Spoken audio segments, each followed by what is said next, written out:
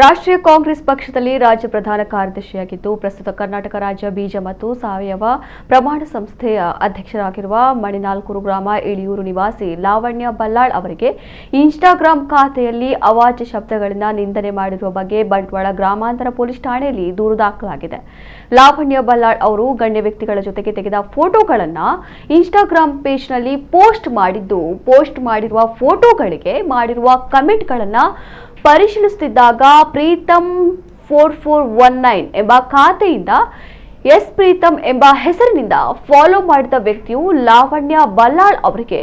ಅವಾಚ್ಯ ಶಬ್ದಗಳಿಂದ ಉದ್ದೇಶಪೂರ್ವಕವಾಗಿ ಮಾನಕ್ಕೆ ಕುಂದು ಬರುವ ರೀತಿ ಸಾರ್ವಜನಿಕವಾಗಿ ಸಾಮಾಜಿಕ ಜಾಲತಾಣದಲ್ಲಿ ಬೈದು ಕಮೆಂಟ್ ಮಾಡಿ ಅವಮಾನಿಸಿದ್ದಾನೆ. ಹಾಗಾಗಿ ಸಾಮಾಜಿಕ ಜಾಲತಾಣದ ಮೂಲಕ ಕಮೆಂಟ್ ಮಾಡಿ ಮಾನಹಾನಿ ಮಾಡಿದ ಪ್ರೀತಮ್ 4419 ಎಂಬ ಹೆಸರಿನ ಇನ್ಸ್ಟಾಗ್ರಾಂ ಖಾತೆಯ ವ್ಯಕ್ತಿಯ ವಿರುದ್ಧ ಕಾನೂನು ಕ್ರಮ ಕೈಗೊಳ್ಳುವಂತೆ ಬಲ್ಲಾಳ್ ಅವರು ಗ್ರಾಮಾಂತರ ಪೊಲೀಸ್ ಠಾಣೆಗೆ ದೂರು ನೀಡಿದ್ದಾರೆ.